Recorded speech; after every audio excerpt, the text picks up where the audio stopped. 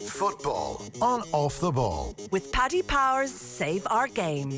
England's goals totaled 110k for Irish football. Gamble responsibly. Gamblingcare.ie. Now, you're very welcome back. So 48 hours on from England, Italy.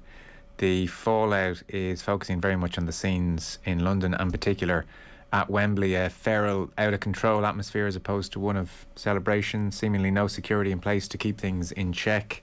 And then those scenes followed by the almost inevitable racist abuse directed at the three English players who missed the penalties. All in all, they have combined to completely undercut what should have been an occasion for great national coming together. We have Matt Slater of The Athletic with us. Hi Matt, how you doing?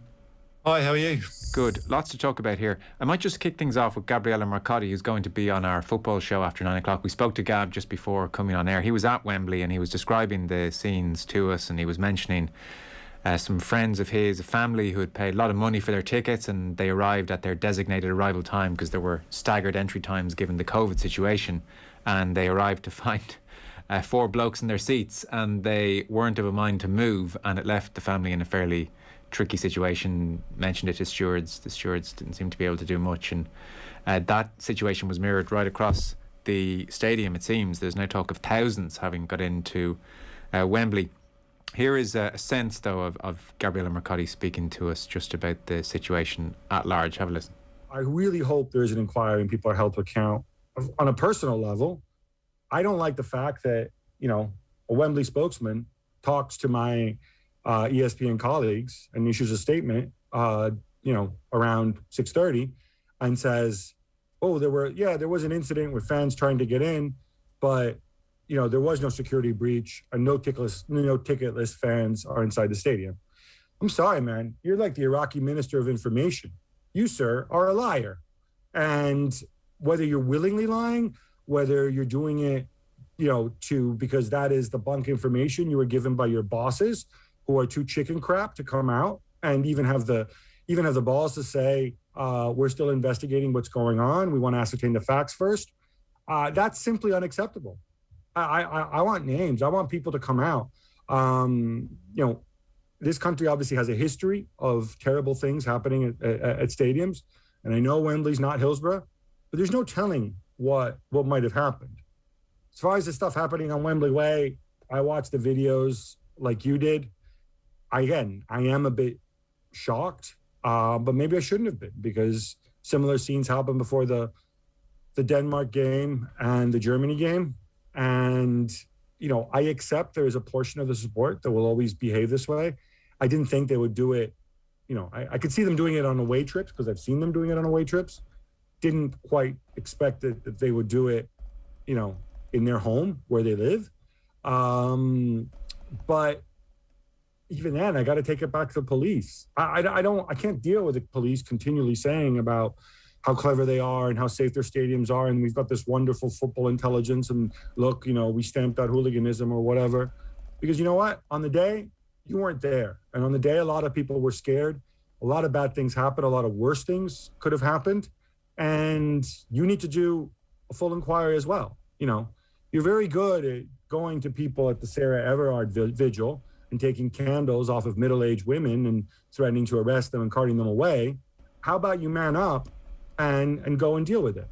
And don't tell me that there were 300. The minimum security requirement was 300 police and there were 450. You know what? Maybe you're not that smart. Maybe 450, maybe that shouldn't be the minimum security requirement. Maybe all your clever people or experts in crowd control got that one wrong. How about you come out and own it? How about you come out and say, we done screwed up? Because you can't just come out and say, there was a situation and we dealt with it. What the hell did you deal with? I mean, I'm sorry if I get a little annoyed, but, I feel for all the fans who were there, whether they were supporting England or Italy. I feel for the other fans who went up and didn't have tickets and just thought that they would soak up the atmosphere peacefully and have a drink on Wembley Way, because these guys screwed it up for everyone. Gab Marcotti there. Gab's going to be on our football show. Ostensibly the plan had been to talk to him about Italy, which we do, but naturally the scenes at Wembley came up and he was as you can hear, pretty angry about the whole thing.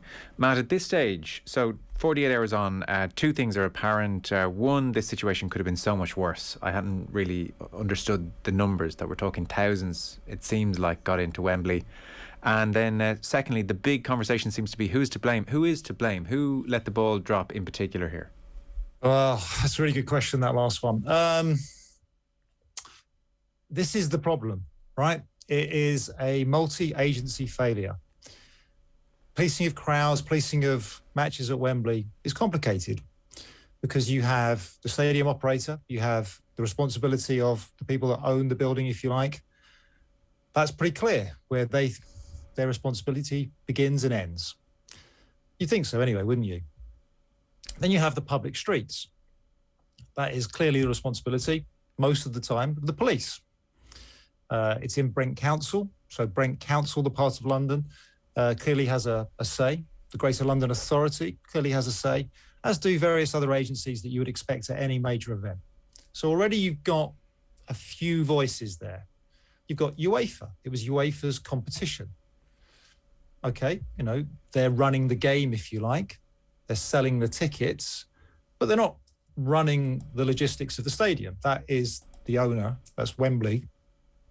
The FA, ultimately, is a subsidiary of the FA. So you've got a slightly complicated picture there, but it's not that complicated. I mean, this wasn't the first game that the FA have staged. This wasn't the first big occasion that Wembley has staged. There are big games, big events played everywhere, every day. So what happened? Well, Gab has explained it pretty well there. I wasn't there. I was following it at home. I was watching it at home with my family. And I was, I'm a news guy, so I was sort of following on social media the events.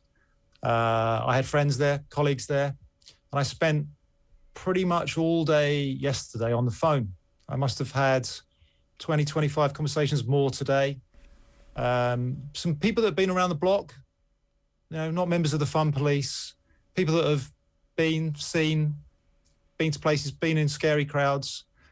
And I would say one of the things I've probably heard 75, 8% of people said it was the worst experience they've ever had at a sporting event. People, like I said, who couldn't look after themselves, telling me they were terrified, that it was sort of Lord of the Flies, like a kind of near riot for about 4 or 5 hours. Several lines were crossed at about noon. A complete breakdown in public order at around 5, 6 when the sort of storming of the stadium started. Terrible scenes in and around the doors, the concourses. Unbelievable COVID breaches, violence, racism, sexual assault. I was pretty upset about losing on penalties, but by yesterday afternoon, I was utterly depressed and despondent about my country. To the point where, I wouldn't want a World Cup. I'm not sure we deserve it. I'm not sure. I'm frightened that we'd end up humiliating ourselves. Yeah, it's such a sad snapshot of where England is in 2021 Sunday. I think as sports journalists, you sort of kind of got to be careful, about sort of sometimes going down that road because look, the policing of big football games, big England games, this is not new. They're very, very hard to manage. And there were a combination of unusual factors about yesterday. I think we do have to acknowledge that. England hadn't made a final for 55 years. It was an 8 p.m. kickoff on a Sunday. People have been cooped up for 18 months. They haven't been going to live events. The country is at an unusual time in its history. The police were stretched. They had to police fan parks. They had to police the pubs in their own towns.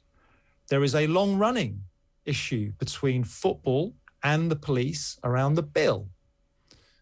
Not the bill as in the police. I mean, the bill who pays for them, right? Now, I would imagine if I was a copper, I would have wanted double, triple time. I quite like to have watched the game myself at home.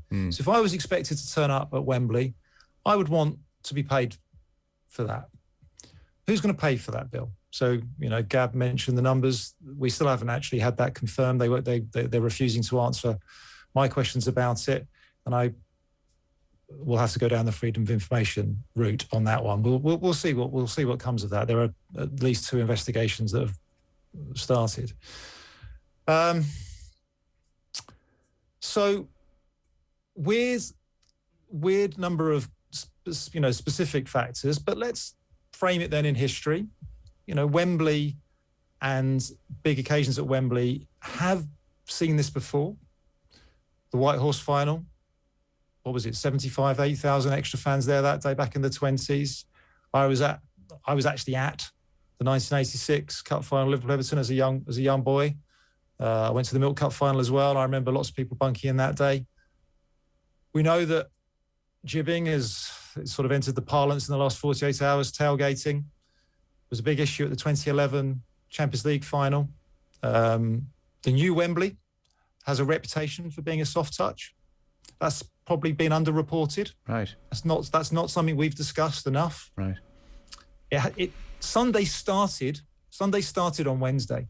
Sunday started with Denmark. Hundreds now, I think, got into that game, and word got round. Word got round in the area, but got round on social media as well. It got round in WhatsApp groups. And I suppose there was something quite, again, unique about the circumstances. If you think about tailgating, and I've had long conversations with stewards about this, with FA staff, Wembley staff about this, ordinarily what they will say is, yes, at any sporting occasion, but just as you would on the tube or public transport, you will get some people that successfully get through tailgating. If any of your viewers, listeners aren't aware what that is, you follow someone with a ticket really, really closely behind them. You get through the turnstile. And what you tend to do then is you have a sort of second line of defence inside, and you grab them and you throw them out. I see that at games. And normally at Wembley, that would be pretty easy because it's a sellout. Where are they going to sit? You had 45,000 empty seats at Denmark. You had 30,000 in theory at Germany. Word gone round. If you can get in, you'll be okay, because you will not have the issue of where's your ticket, mate? You're out. So that again is a slightly unusual element to the weekend.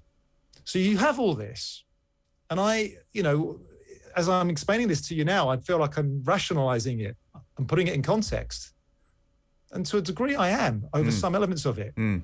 But what happened between about 11-ish, noonish, and 6 outside Wembley is a national scandal that goes beyond football. It's a societal issue.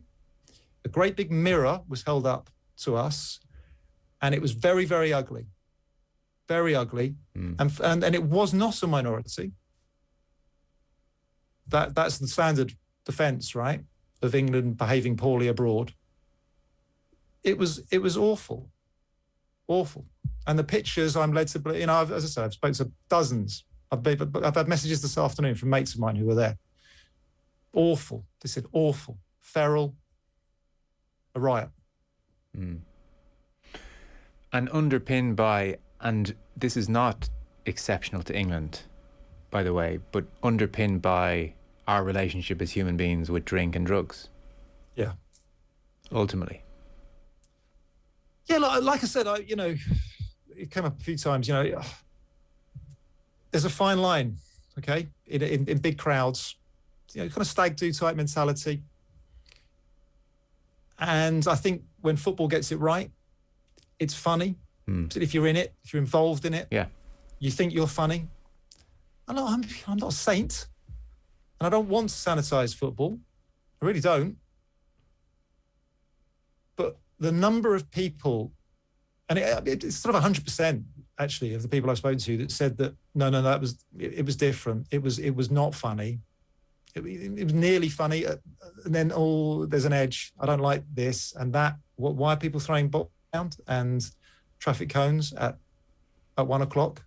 Why are they kicking that window? Why are they tipping over the Portaloo? what are we doing? Why are we racially abusing stewards? Why are we fighting each other at 2 PM?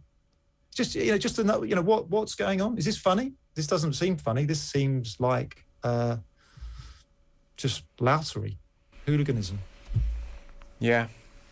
I mean, it's hard to diagnose from afar, obviously, but it's some kind of pent-up frustration and anger, and it's a time to let it all out, and it's an opportune time to just behave with complete abandon and to lash out and to throw bottles, as you said, and abuse. And there's a degree of anonymity and immunity about the whole thing, and so people just go for it. That atmosphere takes hold, I suppose, and that's a human thing. Like, I wouldn't judge that in certain ways, because people let their frustrations out in different ways, even as ugly as it got at times. But it's the absence, I suppose, of the adults in the room, the police, to just keep it in line. And I saw the FA chairman put this squarely on the police. Not so, didn't literally say it, but he was asked about this yesterday. What is the story here with everything that was going on? And he said, look, stadium, that's us, sure. Yeah. But he said, Wembley Way, that's a public order situation, 100%. So you read between the lines, he was saying, once Wembley Way 6 o'clock was unleashed on our stadium, we were up against it, and how the hell Wembley Way was allowed to develop the way it did, that's not on us. But he was basically saying, Priti Patel, Boris, police, that's all you. Yeah, so look, there's lots to unpack there. So like I said, it's a shared responsibility. It's a multi-agency approach. So the way safety, large events are governed in the UK, and it's pretty similar around the world. This is not unique. You have what you call a safety advisory group. You hear the SAG, you hear it quite a lot, and that would be your local authority. It would involve the police. It might involve fire brigade, etc. Come on to meetings, and they would basically certify your stadium. They'd certify your event. It's an ongoing process. You do risk assessments. You work out, how many do you think we need for this? It's a church fete. I reckon we're going to be okay. I'm having a rave. All right, okay. How are we going to do that? Where the loos? Where are people going to park? Have you spoken to the hospital? But all right, standard stuff. Not that complicated. Obviously, booze, alcohol, that sort of thing. Big numbers gets more complicated. Wembley is, first of all, London is a first world city. It's a wealthy place. Wembley has hosted major events, NFL, 2 Champions Leagues. It's hosted 8 games in this tournament. It is a new stadium. For what happened to have happened, and for people to be sort of going, your fault, my fault, this is where my responsibility ends, just isn't good enough. It's just hold on a minute. You've built this massive, great national stadium, second biggest sports stadium in Europe. You want major events. What? Sorry, you can't police. You can't sort out a plan between the tube station there, and how do you think people get here? I mean, so that's not good enough to do here's my line. I'll put my stewards here. What? No. There has to be a little bit of how you get A to B. So this is what needs to come out, and what I am learning is there's been tension around Wembley for a while. It goes right back to the building of the new Wembley. The FA lost control of the budget. They lost control of the footprint, if you like. They didn't have enough money for car parking. It's a weirdly inaccessible part of London, given that the whole debate was it has to be in London, can't be in Coventry. Well, they've ironically chosen quite an inaccessible part of London. So you always had issues there. How people get there, how people congregate, what do they do? The area around Wembley has just been filled up now in a very kind of ad hoc, disorganized sort of way. Loads of student housing, loads of restaurants and bars that didn't used to be there. The stations are there. There's a few stations, but none of them are actually that good. None of them are good and big enough. So who pays for that, though? Is that an FA? Or, is that on them? No, not really. But should it be contributing? So right back from the beginning of this project, there's been issues that only really come out when something goes wrong. Now, something went wrong on Sunday, and I think it is time to have a look at all this again. Who is responsible for Wembley Way? Who is responsible for Arena Square? I don't want to get bogged down in too many bits, but it's more than just that bit, that thoroughfare you can see. It all Yes, goes round okay. to the right. If you're looking down that shot, the classic shot they do of the arch, imagine you're looking down there. It goes round to the right. There's a big shopping mall there now. It's where the arena is. It's where pretty much it all kicks off these days, to be honest. It's become a sort of hang-out place, and you might have a band there, and you might put a screen there, but none of that was there. You know, the screen wasn't there anyway. So there is clearly a shared responsibility about that. And then you have to be able to get those people, safely move them, if they're ticket holders, into the ground. Again, shared responsibility. So that all broke down. There weren't enough police there. The stewarding, the FA are hanging on this sort of, look, we had more there from the very previous game. Okay, but what are we talking? £8 an hour and a high-vis jacket? What sort of training have they had? How are they motivated? What sort of support have they got? Who's looking after them today? Because a lot of injuries, a lot of abuse, sort of people be shaken up. But what sort of training have they had? Should there be more police inside the ground? What's your infrastructure like? What's your sort of, how are your queues? Yeah. I mean, I'm hearing it all. Experts on stadiums are saying, wait a minute, clubs deal with big crowds, right? We can safely get people in and out, right? We have tailgating issues. This is how we deal with tailgating. I'm not sure the FA is absolutely best practice. Yeah. I think there's real tension between them and the police and the council about these shared areas. Yeah. Complicated picture. Listen, we're right out of time, but Matt Slater from The Athletic, thanks so much. Brilliant stuff, Matt. Appreciate it. No problem.